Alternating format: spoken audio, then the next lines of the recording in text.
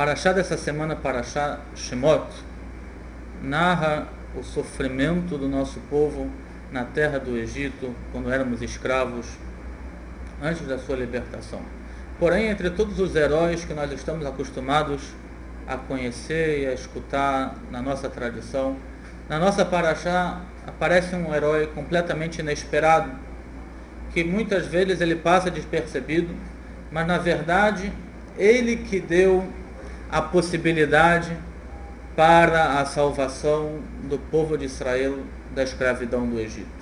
Sem ele, nada teria acontecido. E esse herói não tem nenhuma motivação lógica para aquilo que ele vai fazer. É completamente irracional e ilógico a sua ação. Estamos falando justamente da filha do faraó, chamada Batia. Na Torá não é citada o seu nome, é citada apenas Bat Paró. E ela tem uma participação fundamental na salvação de Am Israel da terra do Egito. Todos sabemos a história de que o faraó ordenou que todos os meninos judeus fossem jogados no Nilo. Entre os meninos que nasceu um menino para a família de Amram e Yocheved, e eles conseguiram esconder o seu filho por 3 meses. Após os 3 meses não havia mais a possibilidade de escondê-lo. Então a mãe, sem ter outra opção, ela preparou uma cestinha, como todo mundo conhece, e colocou a cesta na margem do Nilo. E posteriormente nós conhecemos o resto da história. A Torá nos conta que a filha do faraó foi se banhar no Nilo, e ela então viu uma cesta boiando e se aproximou da cesta, viu que era um menino judeu e resolveu salvá-lo. Ela fez uma ação completamente ilógica. Ela, a filha do maior tirano do Egito, ela foi a primeira a desrespeitar a ordem de seu pai. Não foi nenhum irmão, nenhum parente próximo, nenhum neto, foi justamente a filha do faraó, aquela que desrespeitou diretamente a ordem do seu pai.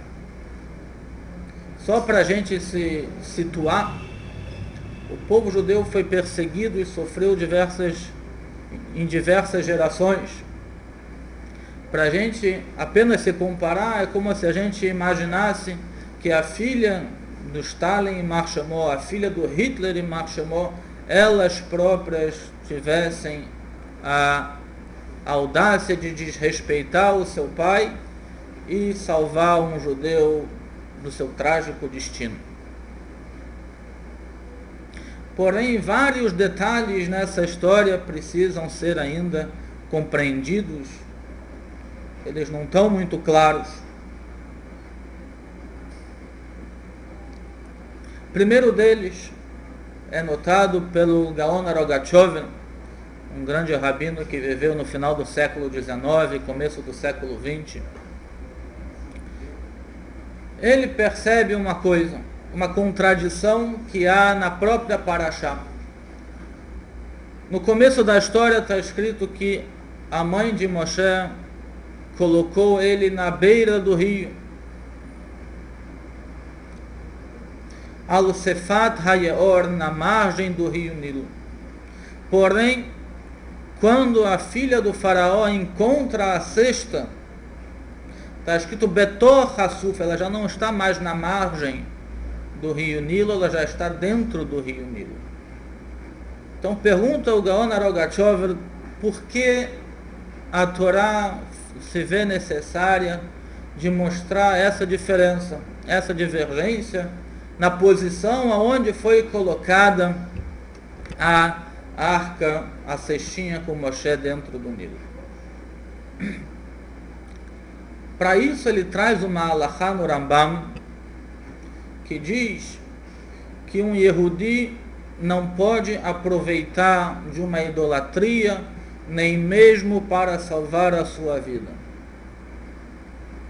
Então, ali no caso da Yocheved, da mãe de Moshe, ela sabendo que o rio Nilo era a principal idolatria do Egito, já que no Egito não chove, a irrigação era feita através dos canais que, quando o rio Nilo subia, eles regavam as plantações. Então eles passaram a considerar o rio Nilo como uma idolatria. Então ela sabendo, a mãe de Moshe sabendo disso, ela evitou colocar Moshe dentro do rio, ele colocou apenas à beira do rio. Porém, no final da história, a gente vê que Moshe já está dentro do Nilo. Como isso foi possível? Então diz a Guemará, quando a filha do faraó foi se banhar no rio Nilo, a intenção dela, diz a Guemará, Sheyardá lirchotz migilulei avia, ela quis se purificar da idolatria de seu pai. Ela tem vários midrashim sobre o caráter dela e a identidade dela. Ela queria se purificar da idolatria do seu pai. E para isso ela escolheu justamente o rio Nilo, porque existe uma outra halachá no Rambam, uma outra lei judaica com relação à idolatria, que um judeu não tem o poder de cancelar ou anular uma idolatria. Porém, um goi que servia a essa idolatria anteriormente, ele sim tem o poder de anular essa idolatria. Então ela, que foi educada desde criança a servir ao rio Nilo, ela era a única que tinha a possibilidade de cancelar o rio Nilo de ser uma idolatria. E no momento que isso aconteceu, automaticamente a cesta de Moshe poderia entrar no rio Nilo, que foi exatamente o que aconteceu. Depois que ela se banhou, ela percebeu um pouquinho à distância uma cesta boiando.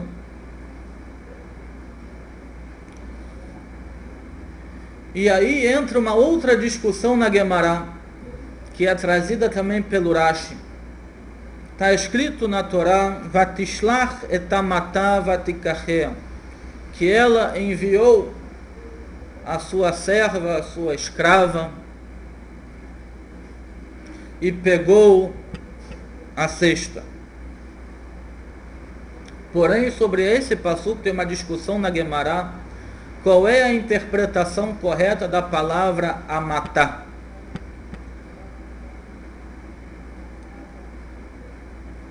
Uma opinião diz que realmente amatá é a sua escrava. Porém, outra opinião diz que amatá é o seu braço.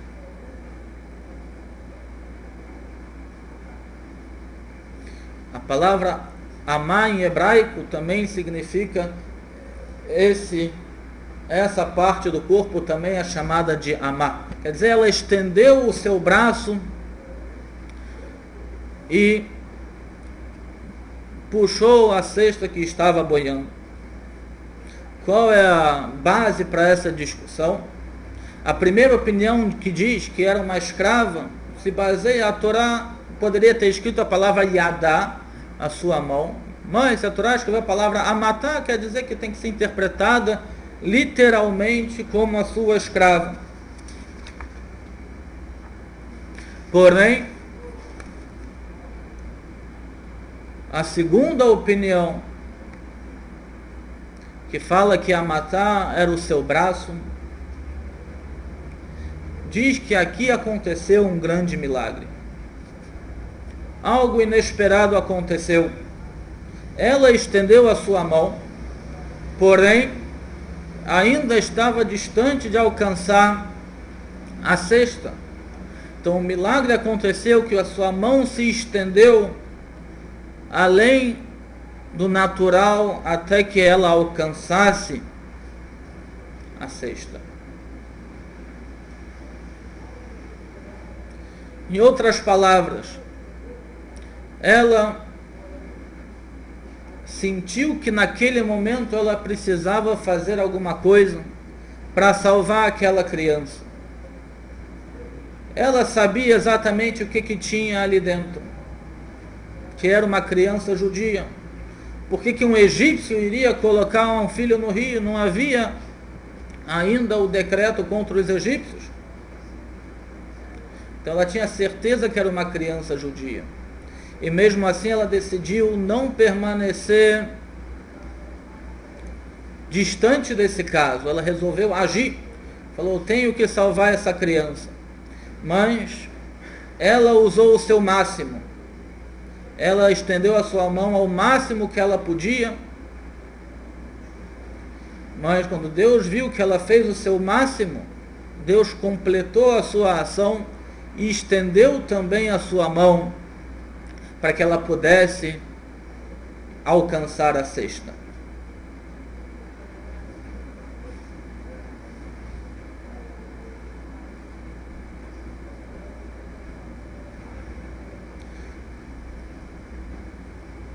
Existe uma explicação também por um costume que muitas comunidades judaicas têm na festa de Shavuot, colocar plantas e flores que nascem perto de rios na sinagoga, na festa de Shavuot, justamente em lembrança desse acontecimento. Que Moshe nasceu no dia 7 de Adar. Quando ele completou 3 meses de idade, foi exatamente no dia 7 de Sivan, que de acordo com uma opinião na Guemará, foi exatamente o dia da entrega da Torá. Então essa história toda aconteceu bem no dia da entrega da Torá, alguns anos antes, obviamente, 80 anos antes. Mas aqui a gente viu que Megal Gelim Zchut Leyom Zakai, Deus empurra coisas boas para dias propícios, quer dizer, a salvação de Moshe e a purificação da filha do faraó aconteceu no dia que futuramente seria o dia máximo na história do povo judeu, o dia da entrega da Torá.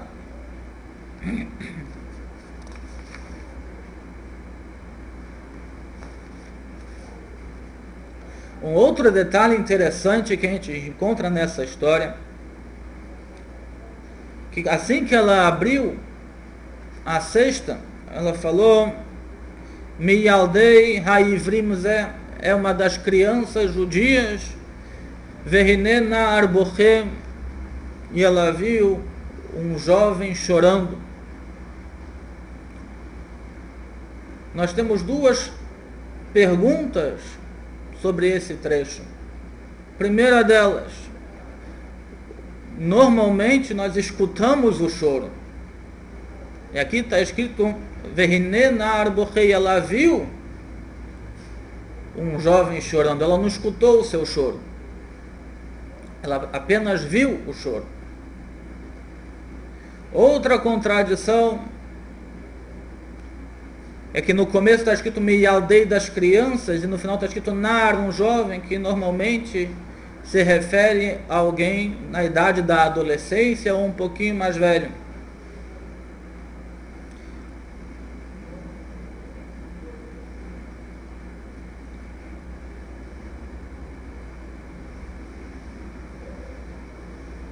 Então, uma das interpretações que nossos sábios deram para essa passagem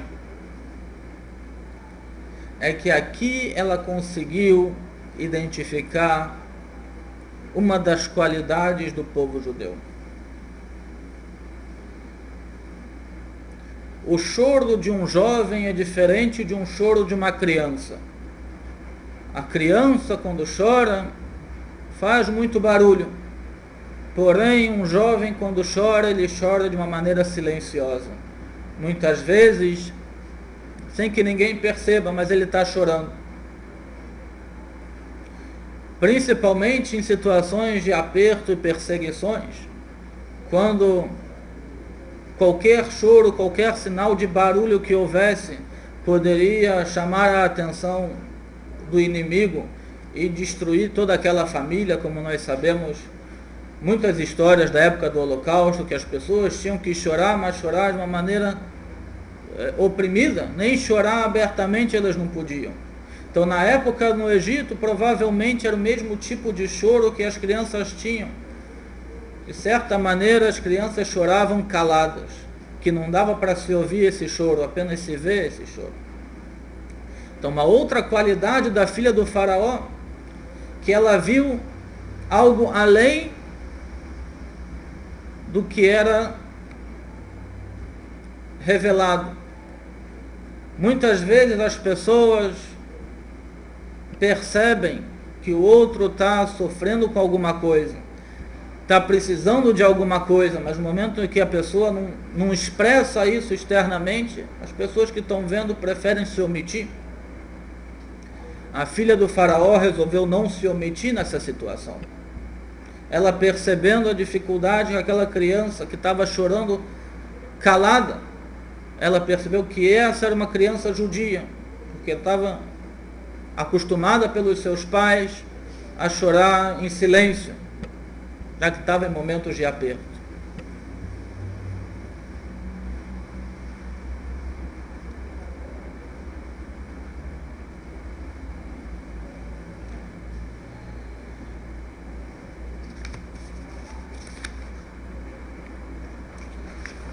E tem um Midrash. A Torá não cita explicitamente qual é o nome da filha do faraó. Cita apenas Bat Paro, a filha do faraó. Mas tem um Midrash com relação ao Sefer Divrei Hayamim, as crônicas, que diz o seguinte: Ele bnei Batia Bat Paro, esses são os filhos da Batia, filha do faraó.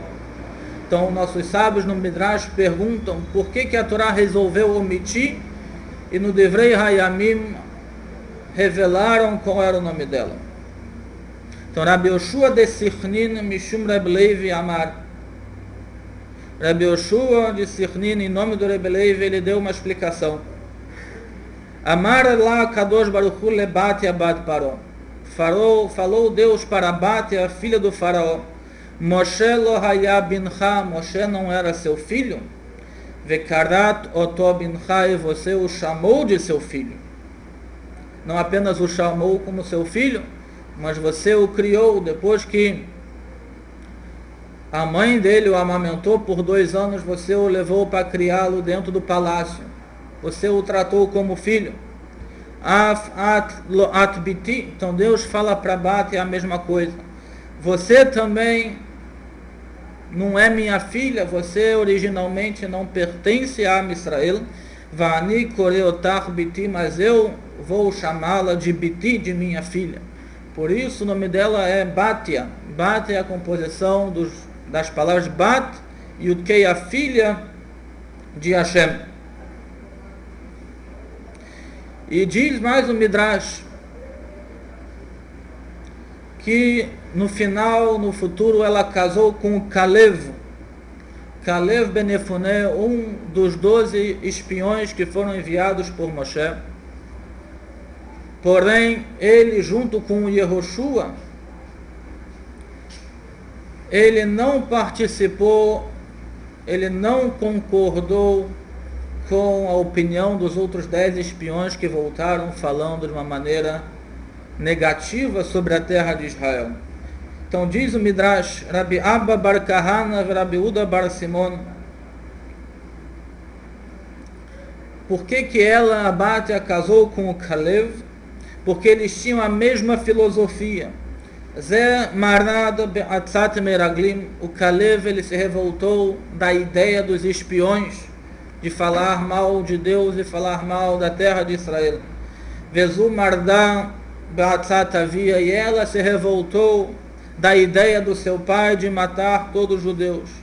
Então Yavó Mered Vaikach et Amored, então que seja correto que venha esse que se revoltou contra aqueles que estavam errados para salvar a verdade, e case com aquela que se revoltou contra o seu pai para salvar Am Israel. Ou outra opinião também que diz: o Calev salvou o rebanho de Hashem, que era todo Am Israel, e Abatia salvou o Roé, o pastor, que era Moshe. Então os dois mereciam casar um com o outro. Então, depois dessa história toda, nós vemos que Am Israel existe hoje, que Am Israel foi salvo. Am Israel mereceu sair do Egito justamente por causa que uma pessoa, aparentemente uma pessoa completamente inesperada, ela tinha tudo para não fazer o que ela fez. Ela era filha de um tirano que provavelmente não teria pena dela se soubesse que ela descumpriu uma ordem e salvou um menino judeu. Ela não se preocupou com a sua vida na hora que ela se viu na necessidade de salvar uma outra vida. Então, dizem nossos sábios, dessa história nós podemos aprender como nos comportar em situações adversas em nossa vida. Primeiro, nós não podemos nos omitir de socorrer e de salvar alguém que está passando por necessidades naquele momento. E nós devemos fazer o nosso máximo. Nós não podemos nos contentar apenas em tentar. Nós temos que tentar e nos esforçar e dar o nosso máximo para ajudar aquela pessoa. Quando Deus vê que nós demos o nosso máximo e ainda não foi suficiente, isso já é uma brecha para que Deus entre em ação e faça a sua salvação através de nós, como vimos aqui na Parashá, que Deus fez um milagre e estendeu a mão dela para que alcançasse a cesta que estava boiando. Isso é com relação aos outros, mas muitas vezes com relação a nós mesmos. Às vezes nós nos encontramos em situação de aflição, em situação de dificuldade. A gente está no escuro dos nossos sentimentos e dos nossos pensamentos, a gente não sabe como sair dessa situação, e isso nos deixa cada vez mais deprimido. Dizem nossos sábios, nós temos a força de sair disso sozinho. Nós apenas devemos dar o nosso máximo para que a gente também saia dessa situação. E quando Deus vê que a gente está dando o nosso máximo, Deus também vai participar e vai nos estender a mão e vai nos tirar dessa situação. Então, por uma situação pequena, aparentemente, ela não sabia quem ela estava tirando do Nilo, ela não sabia que aquele menino que ela estava tirando seria no futuro o salvador de Am Israel. Ela quis fazer uma ação pequena, momentânea. Então nós devemos também saber que nossas ações têm um efeito. Aparentemente são ações pequenas, aparentemente são ações no nosso canto do mundo, que não tem efeito no geral, mas a gente nunca sabe quais são as consequências de um pequeno ato que a gente pode fazer. Como diz o Rambam, cada pessoa deve considerar que o mundo inteiro está colocado numa balança, e a balança está igual, e cada ação que nós fazemos podemos pender a balança para um dos lados. Como diz o Rambam, com uma ação boa nós podemos trazer Yeshua, nós podemos trazer salvação, tanto para a nossa vida particular, mas também para o mundo inteiro, através de uma pequena ação, uma pequena mitzvah que nós fazemos, um esforço, um pouquinho a mais da nossa possibilidade e do nosso costume, da nossa capacidade, que isso traz uma grande salvação e uma grande luz, não só para nós, mas também para todo Am Israel. Shabbat Shalom.